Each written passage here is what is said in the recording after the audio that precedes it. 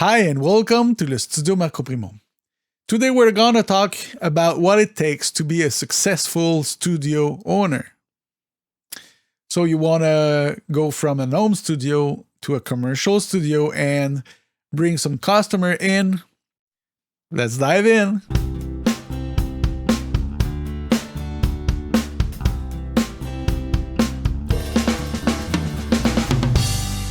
So what do you need to be a successful recording studio owner? First, great social skills. Nobody wants to work with a stubborn, self-centered guy that does not listen to your needs and expectations. Being polite, using good language, taking time to listen, understand the needs of the customer is everything.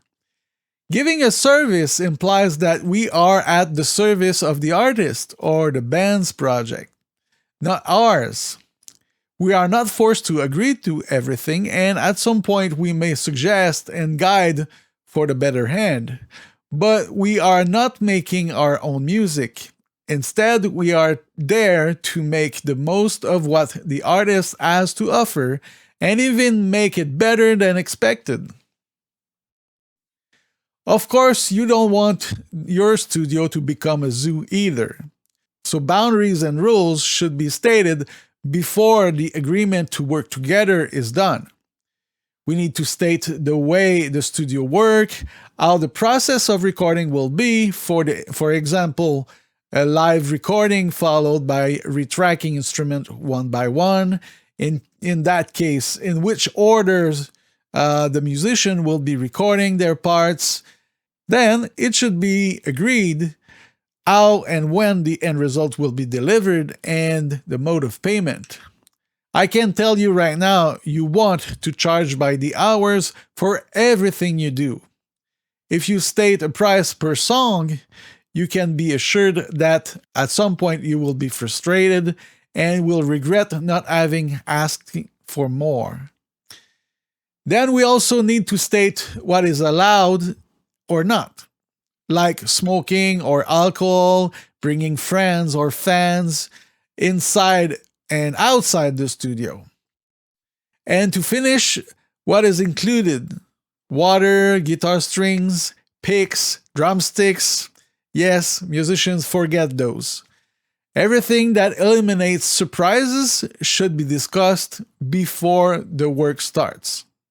The second point, know your stuff. There isn't any reason for artists to go to your studio where the staff does not know more than them, even though it might be equipped with the best gear.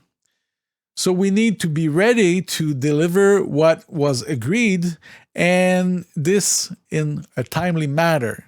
Knowing the gear, their operations, and have a good taste to choose the right tool for the right job makes a big difference.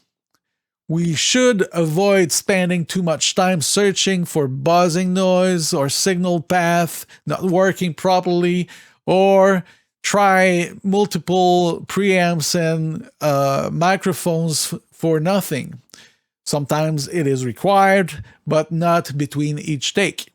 Those things should be investigated and tested before the artist arrives. Also, you need to know how things are named and be prepared to politely explain to the artist some of the terms we use in our work, like the difference between a delay and a reverb, echo, a chamber, or a hall.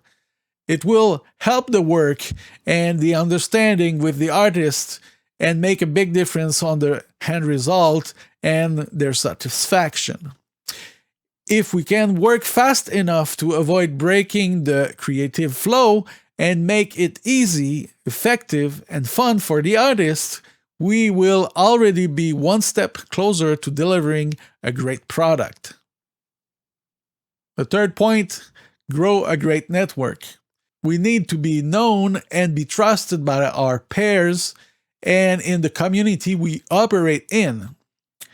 In the days where anyone can record at home, customers won't be busting our studio door by miracle. So we need to be prepared to put some time to make some contacts, publicity, reach artists by any way possible. It includes social media, going to shows, and maybe giving away some studio hours to make the business start and grow. The fourth point is choose the right location. Before investing thousands of dollars on a building and build the studio, isolation, cabling, preamps, and microphones, etc., make sure you choose the right place where there is enough potential customers. Research how many other studios are in the area and how busy the live music industry is. Also, check with the music schools and everything that can help you assess if you have a chance to build a good customer base. Only in the movies you'll see build it and they'll come. Of course, there is many services that can be offered online and remotely. But if you built a big recording room and get no customer in, that big room is a big waste. And finally, keep in touch. Once a project has ended, you want your customers to come back. There is no shame at asking them how it was to deal with you and receive reviews to know what you can do better. But keeping in touch also means following their progress in the music business. It's a good way to show that you care and they will be more inclined to go back to your place. I know that most of us are not thinking about going from a home studio to a commercial studio, and that's okay. But if you ever think about bringing customers to your place, those are the things that you should keep in mind. So I hope you liked this video. If you did, please click on the like button, consider subscribing, hit the bell to get notifications, put questions and comments and suggestions for new videos in the comments, and go into the description, click on the merch link. If you want to buy anything, it will help the channel bringing more quality content. So a good thing for you and I. And of course, share my videos. It's always a great help. Click on the like button. Consider subscribing.